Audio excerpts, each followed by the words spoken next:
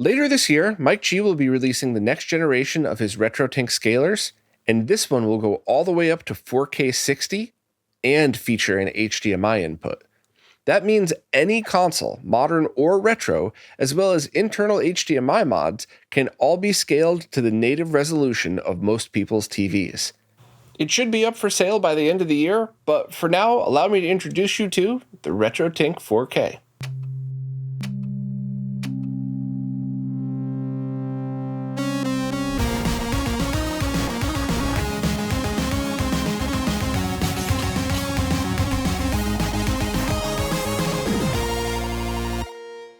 Before we get to the RetroTINK 4K's awesome features, I gotta start out by saying the TINK 4K is kinda like a first-class plane ticket. The cheaper seats will get you to the exact same destination in the exact same time, but as someone who's accidentally been bumped up to first class a few times could vouch for, first class is way better. If you've got the budget, I would highly recommend it. And that's exactly what the RetroTINK 4K is. A luxury item that you don't need, but after seeing it in action, you're probably going to want it. So I'd like to start by doing the opposite of what I would normally do in these videos and mention alternatives first in case this is out of your budget. This way you could choose whatever fits your budget now, as well as plan ahead, or just keep whatever awesome solution you already have. So let's take a look. The first thing I'd always recommend for any analog video signal, video games, VHS, and even DVD, is simply using a CRT. And to be clear, any CRT will work great, even ones you can get completely free with only the most basic inputs. If you're watching this video, I'm assuming that you're interested in gaming on flat panels, so my next recommendation is also a RetroTINK device, the RetroTINK 5X. This awesome device accepts basically every analog video signal and can even accept VGA via the use of a small, cheap adapter. It's currently, at least until the 4K is released, the best video game console scaler on the market and has received consistent, completely free software updates with tons of new features added since launch date. At just over $300, the 5X isn't cheap, but it's absolutely fair for what you get.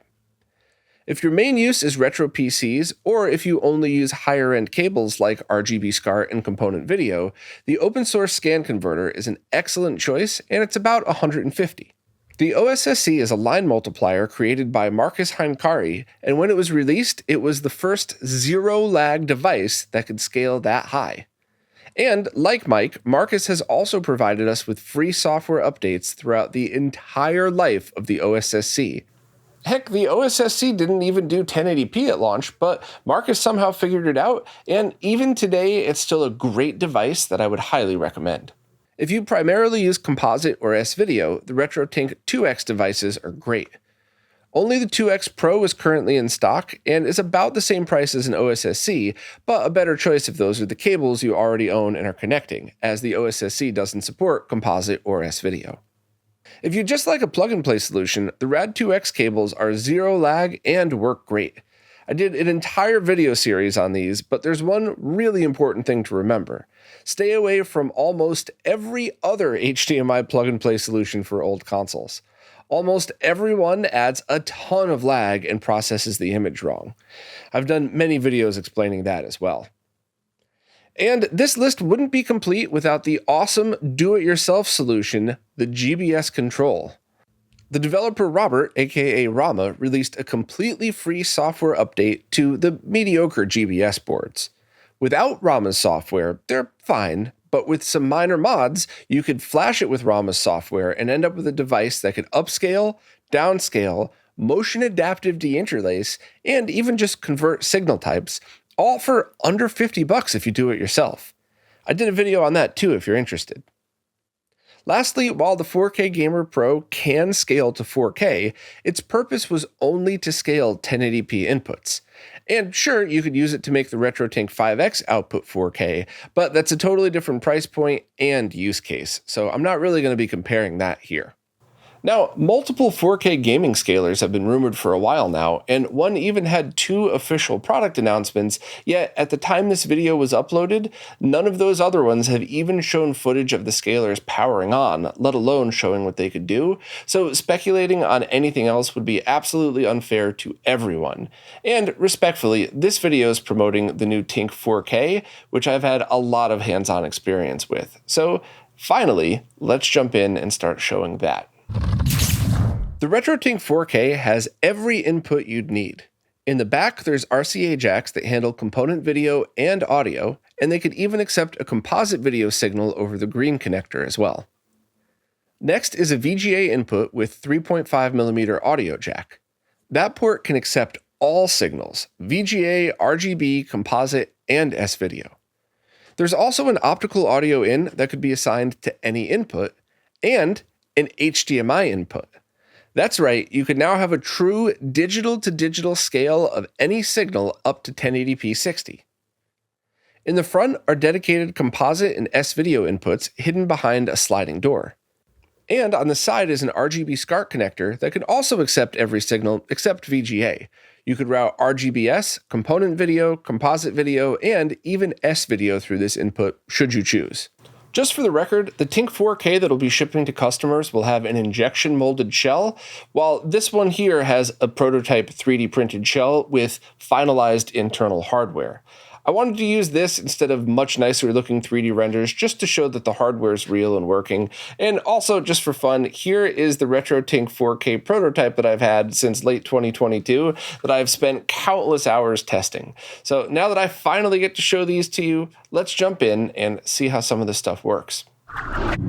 When you first power on the TINK 4K, hit the menu button on the remote and you'll see some basic options.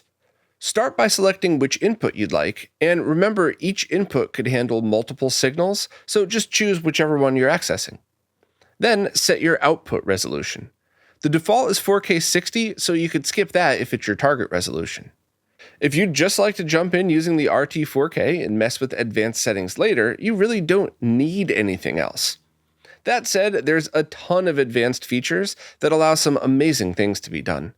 There's no way I'll have time to show them all in this video, but I definitely want to showcase a few.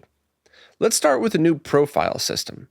Firebrand X has been hard at work at creating custom profiles for each console. These are pixel perfect and use the power of the RT 4K's chips to dial in an even more exact scale that's console and resolution specific. Crazy, right? In order to previously get that kind of perfection, you'd need to jump through a lot of hoops, but this is amazing just by pressing a button. Now, you don't need to go any further, but if you'd like, you could tweak it a bit more. Fire up the 240p test suite and load up the checkerboard pattern. Just a quick note, compression makes this pattern look crazy, so I'm so sorry if this looks weird when you're watching the video. Then go to Advanced Settings and enter the ADC menu under Acquisition. Scroll to Gain under Auto Calibrate and hit the right arrow on the TINK's remote. Give it a few seconds, and when it's done, do the same for Phase. As you saw before, Phase was totally fine already, but why not just test and tweak? After that's done, back out to the Advanced menu. If you're using an alternative audio source, set that now. Go to Audio Input and scroll down to Input Override. If I was using an SNES digital audio mod, I could set that to SPDIF and take advantage of a full digital audio solution. I'm just getting audio through a shielded RGB SCART cable though, so I'll leave that off. Then back out to the main menu, go back to Profiles and hit Save Current. Then next time you use this console, just load that profile and it'll be fully tweaked and automatically switch to the correct input. Now, if you've never seen custom profiles dialed in before, this might seem like a bit of work, but anybody who's done this before on previous scalers knows what a game changer this is. This is so much easier, and just backing up and restoring your profiles is as easy as copying files to and from an SD card. Here, check this out. I'll insert the TINK's SD card into my PC and copy the profiles directory to my desktop. That's how easy it is to back them up. Now I want to make a copy of that profile with some changes in it. You could do this entire process on the RetroTINK 4K itself, but I'm a nerd, so I'm going to start by using my PC. I'm just going to copy and paste the profile I just saved on the TINK, and then rename the copy with SL in the name for scan lines. Now I'll eject the card, go back to the TINK, and load the newer profile, which is currently exactly the same as the one we copied, but now I'm going to add my favorite CRT filter. And please remember that TV size, panel type, and distance from the screen makes a big difference, so whichever settings you prefer will all be based on your setup, and there's no wrong answer. It's whatever your eyes prefer. And as a note, streaming compression ruins the look of scan lines, but stick with me for a moment just so I could finish my point. Now that I've picked out my scan lines, I'll go back to the profile menu and save. And now I can toggle between perfectly dialed in SNES with and without scan lines just by flipping between those two profiles. Please keep in mind that enabling HDR will compensate for any brightness differences you might see here, but I don't have the skills to mix HDR and SDR into my videos.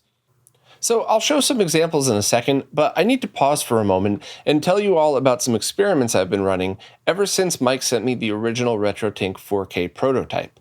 I wanted to see if people, especially non-nerds, would prefer the look of Mike's really awesome CRT emulation filters on older content, stuff like 480i TV shows and movies with lots of film grain. So I would sit people down in front of my OLED TV and play them something, and about 15 minutes in, ask what they thought. And almost everybody said just about the same thing. Looks good, but let's turn it off and see what it's like normally. And then I would use the same methods that you would normally use to scale older content to flat panel TVs. Good methods, mind you, and everyone was always blown away at the difference. Some people did just prefer to have the original on, a few people didn't care at all, but most people were really impressed at how the CRT mask cut through the image and made it really look like a CRT. And that's something that people that were using CRTs growing up forever always kind of took for granted, is that mask that we saw basically became invisible to our eyes because we were just so used to seeing it. That's what TV looked like.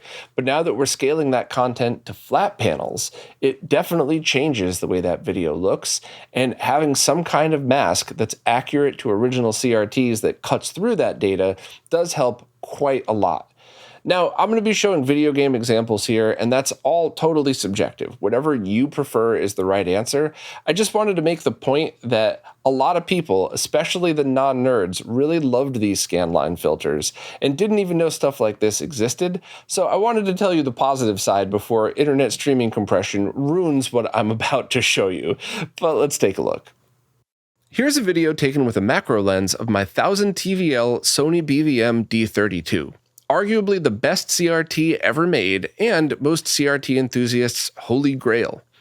Keep in mind, this thing hasn't been color calibrated in years, so the colors might be way off.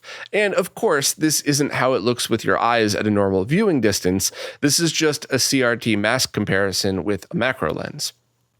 Now, check it out next to one of the RetroTINK 4K's CRT emulation filters shown on my 4K OLED, once again taken with a macro lens. While ultra-zoomed shots like this always look dark and kind of weird, from an analysis point of view, this demonstrates the closest comparison ever shown between an OLED and a CRT. That is, until Mark or John shows footage on their OLED with BFI enabled. If you'd like more examples of the scanline filters and other options, please check out Wobbling Pixels. They post awesome stuff on both YouTube and social media, and you'll find a lot more of these really cool comparisons there. Now here's another feature the RetroTINK 5X didn't have, an HDMI input. This could be used to scale any HDMI signal up to 1080p 60. I strongly recommend subscribing to Digital Foundry, as John Linneman should be putting the RT4K to the test with modern HDMI outputting consoles, as well as HDMI modded retro consoles. John will do a much better job than I can, but there is one HDMI feature I'd personally like to show, Mr. Let's connect the Mr. FPGA project to the TINK's HDMI in port and switch to its direct video mode. This will output basically the same resolution as each original console core, but via 100% digital audio and video. Connecting this to the RT4K's HDMI input should allow for some of the cleanest retro scaling possible, all while taking advantage of the RT4K's BFI and CRT emulation filters. The result is so sharp, you almost don't need custom profiles for this either, and you could just set the scaling to however you prefer, which is, of course, 4K 10x for me. I did an entire video about why 1080p 5x is by far the closest way to recreate the look of a CRT's overscan while filling the most space on a widescreen TV without changing the aspect ratio. All the things I said in that video stand true for 4K 10x, it's basically the same, but doubled. I'd absolutely love for the Mr. team to add some kind of metadata to the HDMI signal so the RT4K could automatically detect what core is loaded and switch to a 9x or 10x integer scale. And while yes, you could just use the RT4K to double the Mr's already awesome 1080p 5x integer scale mode, scaling the original resolution will allow for the more accurate 4K scanline filters. Imagine if loading a core on the Mr would automatically set the RetroTINK 4K to whatever profile you had defined for it. I don't even know if something like that's possible, but if anybody were to ever figure it out, it would be the Mr devs and Mike G. One other thing I'd like to mention is modern retro games. The RT4K is able to downscale the input resolution, so you could do something like downscale a new retro-styled game, then re-upscale it to 4K with accurate scanline emulation. Imagine playing Sonic Mania as if it was a 90s Sonic game. My Life in Gaming will feature quite a bit about that, as well as some other cool stuff in their RT4K video, but I wanted to at least mention it here. Definitely make sure you're subscribed to them and check out their analysis on it as well. Also, the TINK 4K will be even more compatible with arcade boards than the 5X was. I swung by the amazing Arcade Brooklyn a few months ago to work with Jose, Tech, and Beast testing a bunch of boards that previously had compatibility issues with multiple scalars, including the 5X, and almost every one we tried now works perfect, scaling all the way up to 4K. Joe from GameSack will be digging deeper into arcade boards in his video, as well as some more audio analysis and a bunch of other cool things. So that's another channel you'll definitely want to make sure you're subscribed to and keep an eye open for their video as well. The TINK 4K isn't just about 4K scaling. Anyone out there have 120Hz gaming monitors or projectors? You can set the RT4K to output 120Hz at 1440p and lower. And if you set the HDMI output to frame lock, you could unlock black frame insertion, or BFI options, even with an LCD saver mode on by default to protect panels like this one. Just turn this off if you're using an OLED or DLP projector. I'm going to set it to 1080p 120 and enable BFI for some smooth scrolling. Now let's check out how it looks side by side with 4K 60 mode. The BFI side is definitely a bit dimmer, but the motion is so much smoother. In fact, even though the 4K output is sharper when there's no motion on the screen, as soon as the motion starts, the BFI side feels sharper since there's much less motion blur. I'm not sure this 60 frame per second footage is really doing this justice though. I think in person, everyone would agree turning up your brightness to compensate for BFI is a small price to pay for smoother motion, even on cheap LCD panels. And by the way, Mark Rayhan of Blurbusters and Test UFO helped Mike with BFI, as well as some other options that I'll talk about in a future video. And I just gotta say, how freaking awesome is it that Mike's consulted with freaking Blurbusters? Nobody else has taken the time to do that, so thanks to both Mike and Mark for bringing us all this awesomeness. Anyway, back to it. Even if your OLED TV already offers BFI options, you still might want to check out the ones that TINK 4K has to offer for a few different reasons, and here's one great example. Here's a 24 frame per second video I shot and added a frame counter to. I know showing a screen capture of me walking through frames isn't fun to watch, but this is a great way to demo this, so please just stick with me and pay attention to both the counter I embedded in the video and Premiere's counter that confirms I'm advancing one frame at a time. Now, here's that same exact file scaled to 4K 60 using 3:2 pull down like all TVs out there do.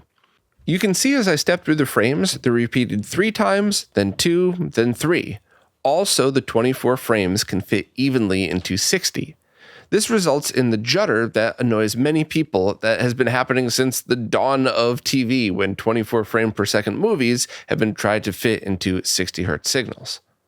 Now, setting the TINK 4K's output to 1080p 120 and turning on frame lock mode allows the TINK to scale each of the 24 frames 5 times each to allow an even scale to 120. This allows for smooth motion and no 3:2 pull down judder at all. Now that alone is awesome, but if you set the output to 1080p 100 and then set it to frame lock mode, that enables a BFI option that takes it a total step further. This plays each of the 24 frames twice with a black screen inserted between each one. While this adds a tiny bit of flicker, and if you're using a DLP projector, you'll lose some color data, it actually does a great job simulating how a film projector works. Of course, your display type and eyes will determine if this is good for the 24p content you watch, but after turning on this mode when watching an old movie on my DLP projector, the film grain went from looking like digital noise to actually looking like film grain. Now, I wouldn't use this mode for all 24p content, but this is the only way I'll watch movies with a lot of film grain from now on.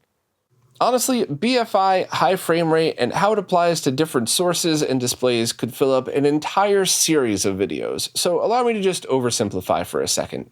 If your display could support higher than 60Hz refresh rates, just start messing around with the TINK 4K and see if you like what it does.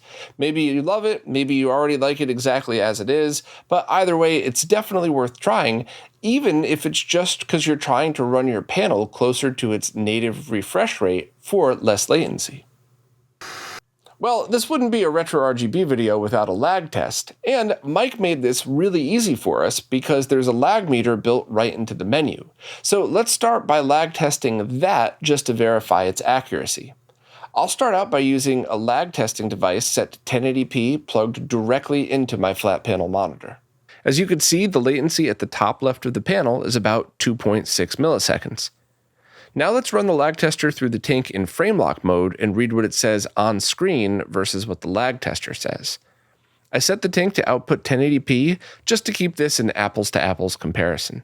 While it's hard to keep my hand perfectly still, I'm getting a reading of about 4.6 milliseconds from the lag device, and the TINK 4K's menu shows about 2.3 milliseconds added. Adding the original 1080p 60 reading of 2.6 to the 2.3 the TINK is adding gives us a total latency of about 5 milliseconds. So it seems the TINK's lag meter is accurate within half a millisecond. So let's just stick with that so we don't have to keep watching a flashing screen through these. Oh, and let me put the menu back to where I'm used to it sitting. So now we know we can trust the TINK's lag meter, let's check out latency in different modes, starting with its default setting of triple buffer. This mode guarantees compatibility with basically every HDMI display out there, but with the trade-off of a rolling buffer, just like the TINK 5X's. This will vary the latency between less than 2 milliseconds and a full frame of about 16 milliseconds. If you're using a decently fast panel, this latency shouldn't be noticeable at all, but let's check out how long the TINK takes to process the image in its other modes, which are the recommended ones. We can see the same latency of just about 2 milliseconds as last time, but what happens if we zoom the image a bit? I do like my 10x scaling, you know. Looks like the added latency is just about a millisecond. That's awesome, so feel free to make all the custom profiles you'd like and never worry about lag when you zoom in. Let's check higher refresh rates though. This is a really interesting thing to test as there needs to be some buffer to hit higher refresh rates. Panels can run a few milliseconds faster at higher speeds though, so maybe it's a trade-off. Looks like there's about half a frame of lag running in 120Hz mode. That's pretty awesome, and once again, this might save a few milliseconds in panel latency, making it even lower. I was really curious about BFI though. When I tested BFI on an LG CX OLED, it added a full frame of latency. And as you can see here, it's about the same half a frame. So that's really interesting. Not only does the TINK 4K offer BFI for displays that don't have it built in, but it might be a better choice for gaming than your current panel's BFI. That's definitely something you'll want to test yourself, but this is a really cool option. Now, I'm sure people are going to run into scenarios where they find more latency, but I wanted to make sure to demonstrate a typical setup for something like this: classic games being scaled to 4K 60 or 1080p 120. I think the most important thing to note is that there's no other scaler on the market that has a feature to latency ratio like the RetroTINK 4K does. It's impossible to have a perfect product, and even the awesome RetroTINK 4K has things about it that I wished were different. And the first, of course, is price. In a perfect world, this thing would be $99, just like in a perfect world, everyone would be flying first class everywhere they went. But the fact is, this is an expensive product to make with chips that cost more than any other gaming scaler out there, including the other upcoming 4K scalers. While Mike hasn't determined the exact price yet, it'll definitely be under $1,000, and he's hoping to get it as low as possible. The next thing I'd like to see is an HDMI 2.1 input that allowed for 4K 60, Dolby Vision, and Dolby Atmos pass-through. Now, that's equally as unrealistic as asking for a cheap 4K gaming scaler, but that does pose a few issues that you'll have to work around. First, if you have a Dolby Atmos compatible surround sound system, you'll either need to run your devices through the AVR first, then into the TINK 4K, or just get a cheap HDMI audio extractor. This will allow you to send Atmos to your AVR and video to your TV. Next, what if the devices you're connecting sometimes output 1080p and other times output 4K? I think the best example of this is my 4K Ultra HD Blu-ray player. I want 1080p 24 Blu-rays running through the TINK to allow for 96p with BFI, but I'd also like to pass 4K content through to my TV. The TINK can't do that. The highest resolution it could accept is 1080p 60 on the HDMI input side.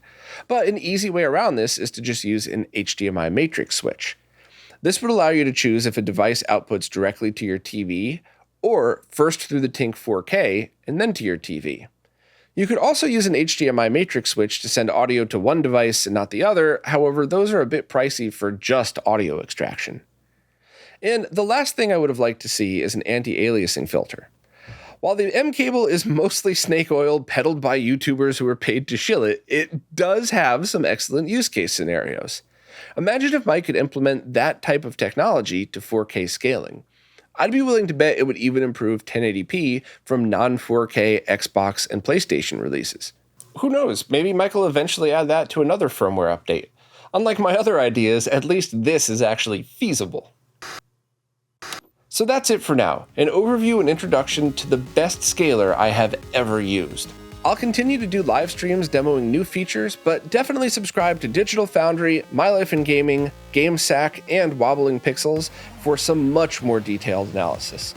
Also, please keep an eye on RetroRGB.com as we'll let you know the moment the TINK 4K goes on sale. And if you like what you saw here, please consider supporting the channel in any way possible. The monthly support services are what keeps all the videos, podcasts, and behind-the-scenes research going, but also just using affiliate links to buy the same stuff you were going to buy anyway at the same price is also a massive help. Thanks a lot for watching, and I'll see you next time.